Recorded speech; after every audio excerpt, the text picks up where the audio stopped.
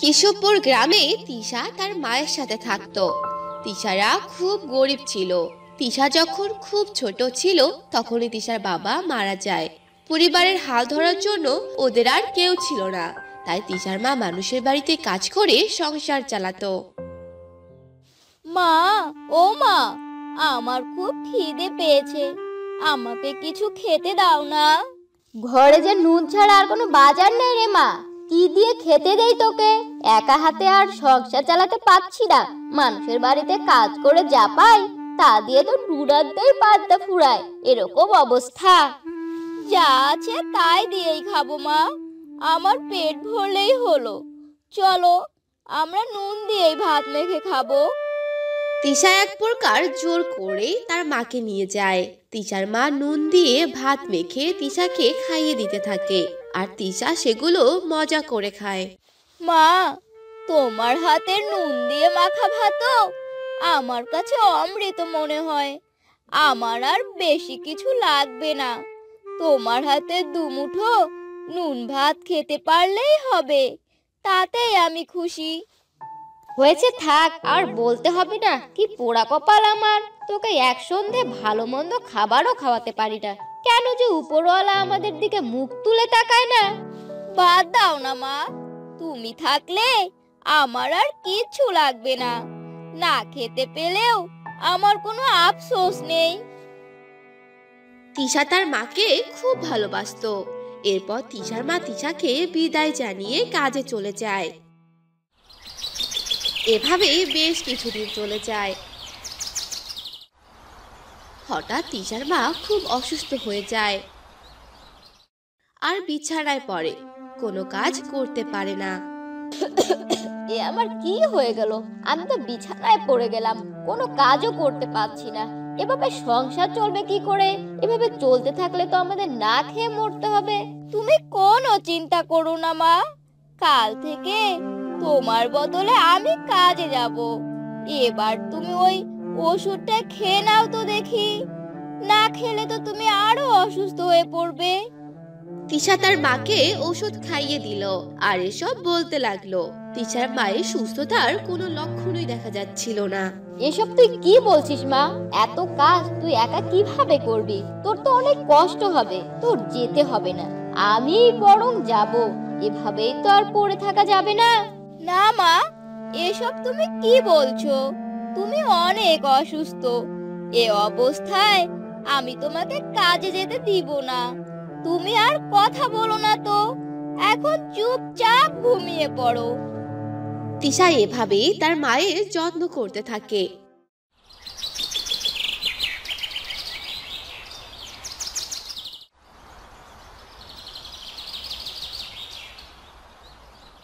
পরের দিন সকালবেলা তিশা তার মাকে খাবার খাইয়ে কাজে চলে যায়। তিশার মা মিলাদের বাড়িতে কাজ করত। মিলা অনেক ধনী ছিল, তাই তার বাড়িতে কয়েকটা কাজের লোক রেখেই দিত। এ কি তিশা, তুই? তোর মা আসেনি কয়েকদিন থেকেই তো আসছে না, কি হয়েছে তোর মায়ের? কাকি, মা অনেক অসুস্থ, বিছানা থেকে উঠতে পারছে না, তাই মায়ের বদলে আমি কাজে এসেছি। এ কি বলছিস তুই? এত কাজ তুই একা করতে পারবি নাকি? তোর কষ্ট হবে না? আর তোর মা অসুস্থ, আমাকে আগে বলিসনি কেন? যাওয়ার সময় আমার কাছ থেকে কিছু টাকা নিয়ে যাস। ঠিক আছে কাকি, আর আমি তোমার সব কাজ করে দিব, তুমি কোনো চিন্তা করো না। এরপর তিশা আস্তে আস্তে বাড়ির সব কাজ সেরে ফেললো। এসব কাজ করতে তিশার অনেক কষ্ট হচ্ছিল, কিন্তু তারপরও তিশা সব কাজ সেরে ফেললো। আর যাওয়ার সময় মিলার কাছ থেকে টাকা নিয়ে বাড়িতে গেল। মা, ওই দেখো, মিলা কাকি আমাকে এই টাকাগুলো দিয়েছে তোমার ঔষধ কেনার জন্য। মিলা কাকি কত ভালো। আরে মা, তুই এসেছিস? মিলা দিদি আসলেই অনেক ভালো। আমার খুব একা একা লাগছিল রে মা, তুই এসেছিস এখন, আমার খুব ভালো লাগছে। তুই সব কাজ করতে পেরেছিস তো? তোর কোনো কষ্ট হয়নি তো? আমার তোকে নিয়ে বেশ ভয় হয় রে মা। হ্যাঁ মা, আমি সব কাজ ঠিকঠাক মতোই করেছি। যদিও একটু কষ্ট হয়েছে, তবে আস্তে আস্তে সব ঠিক হয়ে যাবে। তুমি কোনো চিন্তা করো না মা, এবার ওঠো, আমি তোমাকে খাবার খাইয়ে দেই। এভাবেই বেশ কিছু দিন কেটে গেল, কিন্তু তিশার মায়ের সুস্থ হওয়ার কোনো নামই নেই। হঠাৎ একদিন তিশার মা মারা গেল। এতে তিশা অনেক ভেঙে পড়ল। মা, কেন আমাকে একা করে ছেড়ে গেলে? কেন কেন কেন? তুমি ছাড়া এখন আমার কি হবে? কাকে নিয়ে বাঁচবো আমি? তিশা এসব বলছিল আর জোরে জোরে কান্না করছিল। সেখানে অনেক মানুষ জড়ো হয়েছিল আর কেউ কেউ বলা বলি করছিল। আহারে, বাচ্চা মেয়েটাকে একা করে ওর মা চলে গেল, এবার এই বাচ্চা মেয়েটার কি হবে? কিছুক্ষণ পর তিশার মায়ের মাটি দেওয়া হয় আর তিশা অনেক একা হয়ে পড়ে। দেখতে দেখতে এভাবে বেশ কিছুদিন চলে যায়। আর দেখতে দেখতে শীত চলে আসে। তিশা একা হাতে কি করে সংসার চালাবে সে কিছুই বুঝতে পারে না। তাই সে সিদ্ধান্ত নেয় যে শীত তো চলে এসেছে, আমি তো মায়ের কাছ থেকে ভাপা পিঠা বানানো শিখেছিলাম। আমি বরং ভাপা পিঠা বানিয়ে বিক্রি করব।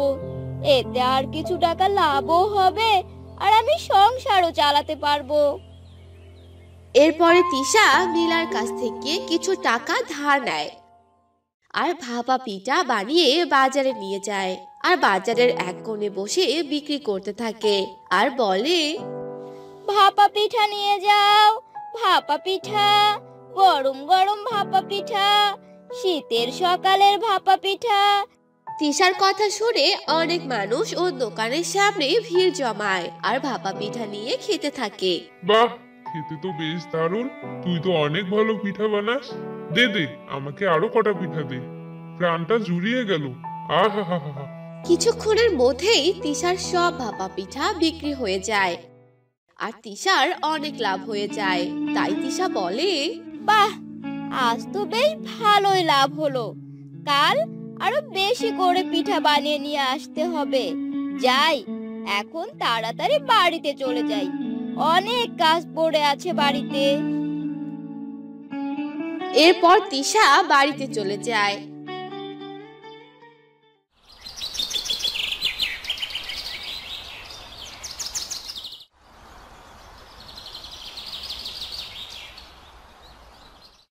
পরের দিন সকালবেলা তিশা অনেকগুলো পিঠা বানায়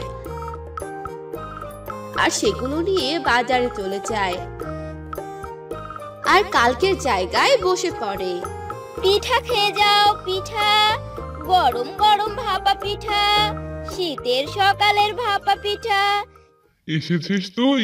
আমি তোর জন্যই এতক্ষণ অপেক্ষা করছিলাম। দে, আমাকে আগে পিঠা দে। শীতের সকালে তোর হাতের পিঠা যেন একেবারে অমৃত। কাল খেয়েছি, আজও মনে হয় মুখে স্বাদ লেগে আছে। এরপর তিশা ওনাকে ভাপা পিঠা খেতে দেয় আর আস্তে আস্তে দোকানের অনেক ভিড় জমে যায়। দাও দাও, আমাকেও দুটো দাও দেখি বাপু। তোমার হাতের পিঠা একেবারে দারুণ। এরপর তিশা ওনাকে ভাপা পিঠা খেতে দেয়। একটু পর তিশার দোকানে আরো অনেক ভিড় জমে আর তিশার বানানো ভাপা পিঠা মুহূর্তের মধ্যে সব শেষ হয়ে যায় আর আজকেও অনেক লাভ হয়। আজকেও অনেক লাভ হলো। এভাবে আমি যদি প্রতিদিন পিঠা বানিয়ে বিক্রি করি তাহলে বেশ ভালোভাবেই আমার চলে যাবে। এসব ভাবতে ভাবতে তিশা বাড়িতে চলে যায় আর বাড়িতে গিয়ে তার মার কথা খুব মনে পড়ে। আর তিশা বলে, আজ যদি মা বেঁচে থাকতো তাহলে কত ভালো হতো।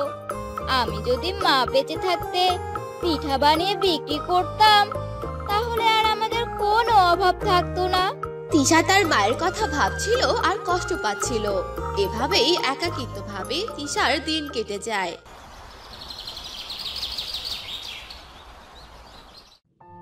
একটি শহরে গোপাল নামে এক লোক তার স্ত্রী, ছেলে আর মায়ের সাথে থাকতো।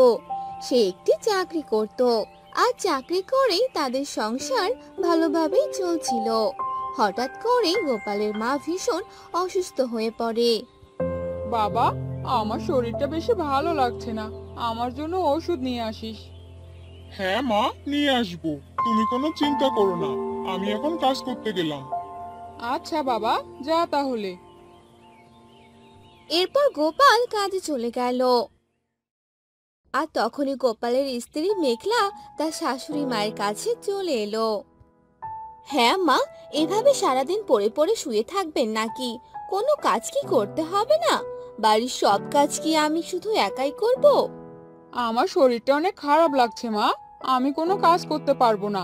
আজ বরং তুমি কাজগুলো করে নাও। আমার হয়েছে যত জ্বালা, সব কাজ আমাকেই করতে হয়। ভগবান আমায় একটু শান্তিতে থাকতেও দিবে না। এ কথা বলে মেঘলা সেখান থেকে চলে গেল আর কাজগুলো করতে লাগলো। তখন সেখানে তাদের ছেলে চলে এলো। মা, আজ তুই স্কুল বন্ধ, আমি বরং বাড়ি থেকে খেলাধুলা করে আসি। ঠিক আছে, তবে তাড়াতাড়ি চলে আসবি। এরপর রোহান সেখান থেকে চলে গেল। অন্যদিকে গোপালের মা মেঘলাকে ডাকতে লাগলো। বৌমা বৌমা, কোথায় তুমি মা? এদিকে আসো তো। কি হয়েছে মা, এভাবে ডাকছেন কেন? কি হলো ডাকি শুনি? বৌমা, আমার খুব জল পিপাসা পেয়েছে, আমায় একটু জল দাও। এই জল খাবেন, এতে আবার এত ডাকাডাকি? আমার কি কোনো কাজ নেই নাকি যে সারাদিন আপনার সেবা করব? এভাবে তুমি কেন বলছো মা? হয়েছে, থাক, আপনাকে আর কিছু বলতে হবে না। এ কথা বলে মেঘলা রান্নাঘর থেকে জল এনে দিল। এভাবেই অনেকদিন চলে গেল, কিন্তু গোপালের মা কোনোভাবে সুস্থ হচ্ছিল না। তখন গোপাল তার স্ত্রীকে বলল, হ্যাঁ গো, কি করব বলো তো? মায়ের অনেক চিকিৎসাই তো করলাম, কিন্তু কিছুতেই যে কাজ হচ্ছে না। তোমার মা দেখছি আমাদের ফকির বানিয়ে ছাড়বে। কতগুলো টাকা শেষ হয়ে গেল। কাল মাকে ডাক্তারের কাছে নিয়ে যাব, দেখি এবার কি হয়।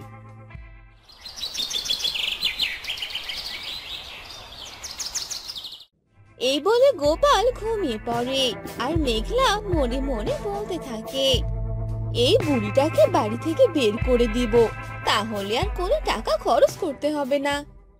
পরদিন সকাল হতেই মেঘলা তার শাশুড়িকে বলতে থাকে, মা, আপনার জন্য আমাদের কত ক্ষয়ক্ষতি হচ্ছে, আপনি এখান থেকে চলে যেতে পারেন না? এসব তুমি কি বলছো বৌমা? আমি চলে যাব মানে? কোথায় চলে যাব? যেখানে ইচ্ছা সেখানেই চলে যান। এ কথা শুনে গোপালের মা ভীষণ কষ্ট পেল আর মন খারাপ করে সেখান থেকে চলে গেল। অন্যদিকে গোপাল ঘুম থেকে উঠে তার মাকে খুঁজতে লাগলো। সকালে মা আমার সাথে রাগ করে বাড়ি থেকে চলে গেছে। আমি আটকানোর অনেক চেষ্টা করেছি, কিন্তু মা তো আমার কোনো কথাই শোনেনি। এ কথা শুনে গোপাল তার মাকে খুঁজতে থাকে, কিন্তু কোথাও খুঁজে পায় না। অন্যদিকে গোপালের মা দীনেশ নামে একটি ছেলের ঘরের সামনে বসে কাঁদতে থাকে। দীনেশ ছিল অনেক গরিব।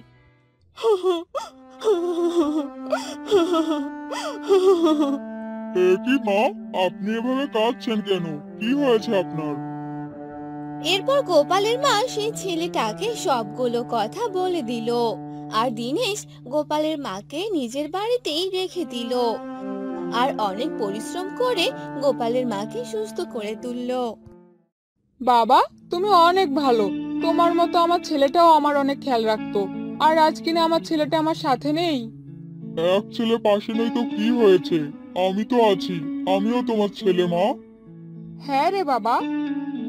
এভাবে দিন কাটতে থাকে।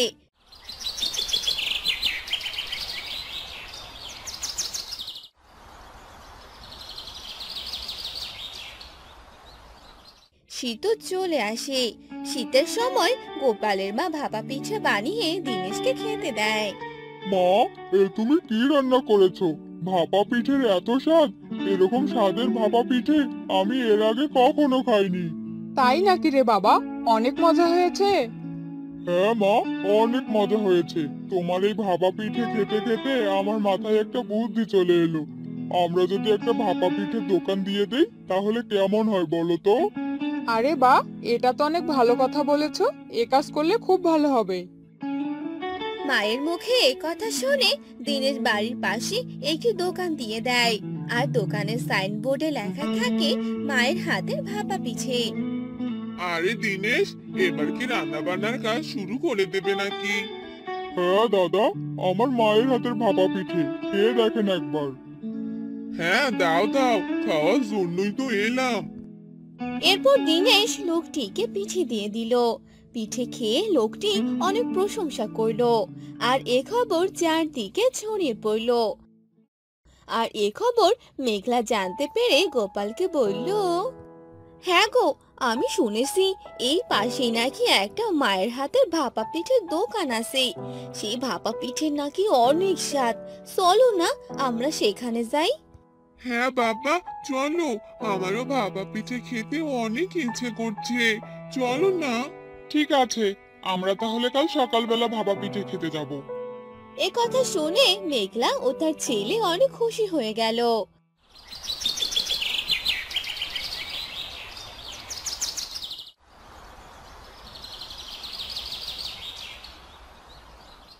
পরদিন সকালে তারা সেই মায়ের ভাপা পিঠার দোকানে গেল।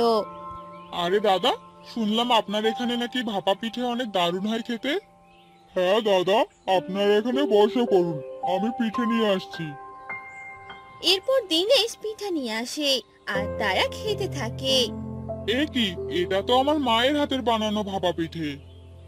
তখনই সেখানে গোপালের মা চলে আসে। গোপাল তার মাকে দেখে অনেক খুশি হয়ে যায়।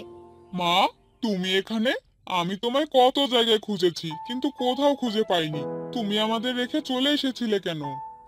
আমি চলে আসিনি রে বাবা, তোর বউ যে আমায় বাড়ি থেকে বের করে দিয়েছে। আমায় আপনি ক্ষমা করে দিন মা, আমি অনেক বড় ভুল কাজ করে ফেলেছি। এটা তুমি কেন করেছিলে মেঘলা? আমার মাকে কিনা বাড়ি থেকে বের করে দিয়েছিলে? আমাকে তুমি ক্ষমা করে দাও, আমি এরকম কাজ আর কখনো করব না। মা, আপনি আমাদের সাথে চলুন মা। আমি আমার ছেলেকে ছাড়া কোথাও যাব না। এই দিনেশ আমার ছেলে, যে আমাকে সুস্থ করে তার কাছে আশ্রয় দিয়েছে। তোমরা দুজনেই আমাদের সাথে থাকবে মা, আর আমরা ওখানে একটা দোকান দিব, সেখানে সবাই এসে আমার মায়ের হাতের ভাপা পিঠে খেয়ে যাবে। চলো মা, চলো আমাদের সাথে। আর এভাবেই তারা সুখী দিন কাটাতে লাগলো।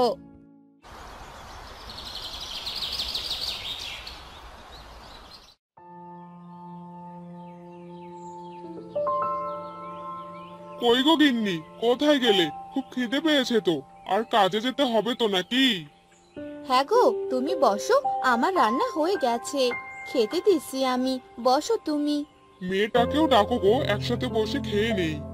হ্যাঁ, দাঁড়াও ডাকছি। মা, সীতা, সীতা, কোথায় তুই?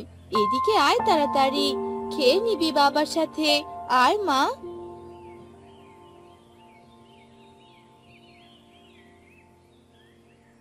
মা, ডাকছিলে আমায়? হ্যাঁ মা, অনেক বেলা হয়েছে তো, খাবি না? বাবার সাথে বস, একসাথে খেয়ে নে। আচ্ছা মা, বসছি। রামুর বউ খাবার নিয়ে এসে রামু আর সীতাকে খেতে দেয়। রামু খাবার খাচ্ছিল, কিন্তু সীতা না খেয়ে খাবারের দিকে তাকিয়েছিল। কিরে মা, খাচ্ছিস না কেন? খেয়ে নে তাড়াতাড়ি, তোর বাবার তো খাওয়া প্রায় হয়ে গেল রে মা। শুধু আলু ভাত আর শাক রান্না করেছো মা আজও?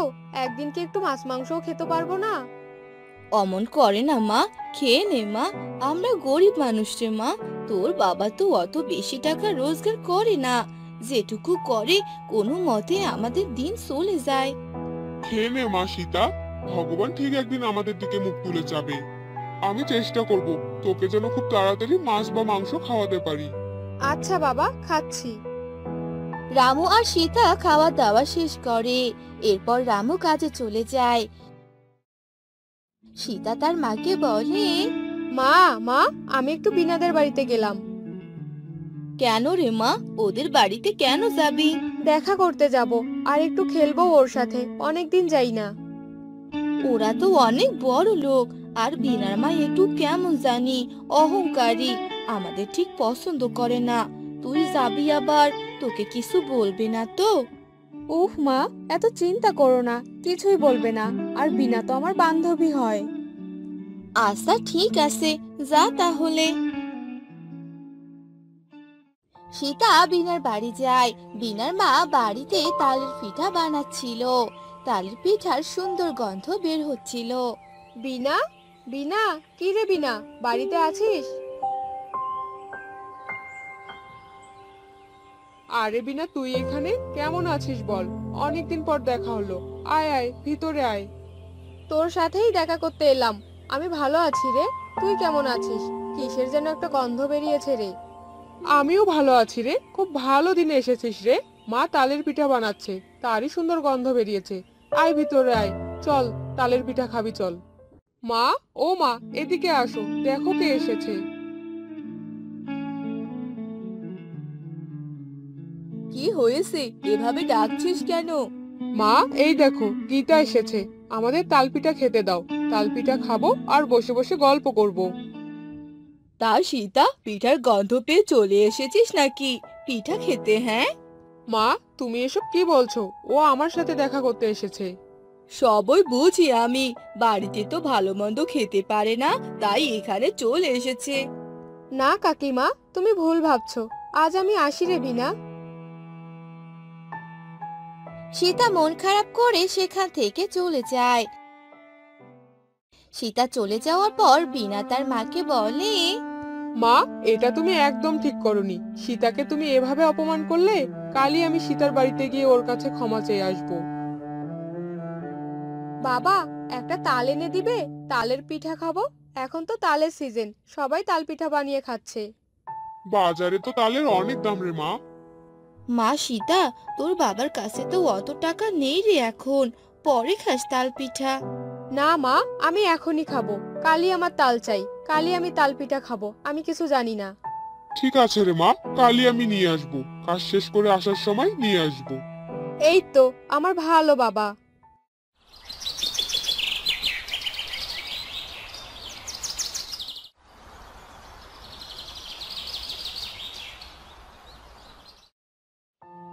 পরের দিন সকালবেলা রামু কাজে যাওয়ার জন্য বের হয়। কাজ শেষ করে বাজারে যায় তাল কিনতে। তা দাদা, এই তালগুলোর দাম কত? আমাকে একটা দিন তো। এক পিস 100 টাকা করে দাদা। এত দাম দাদা? আমার কাছে তো এত টাকা নেই দাদা, একটু কমিয়ে রাখুন না দাদা। না দাদা, কম রাখা যাবে না। এই যে একটু ছোট তাল আছে, আপনি এটা নিতে পারেন। দাম মাত্র 20 টাকা। এত ছোট তাল? আচ্ছা, এটাই দিন। রামু তাল নিয়ে টাকা দিয়ে বাড়িতে যায়। বাবা, তুমি এসেছো? হ্যাঁ রে মা, এই নে তোর তাল। এত ছোট তাল? এই তাল দিয়ে বেশি পিঠা তো হবেই না। তালের অনেক দাম রে মা, এত টাকা ছিল না আমার কাছে। পরে আবার এনে দিব। এখন এটা গিয়ে আগে তোর মাকে দে, পিঠা বানাতে বল। ঠিক আছে বাবা। বিকেলবেলা সীতার মা বসে তাল পিঠা বানাচ্ছিল। সীতা ওর মার সাথে বসে খেলছিল। তখন বিনা আসে সীতাদের বাড়িতে। সীতা, সীতা, বাড়িতে আছিস?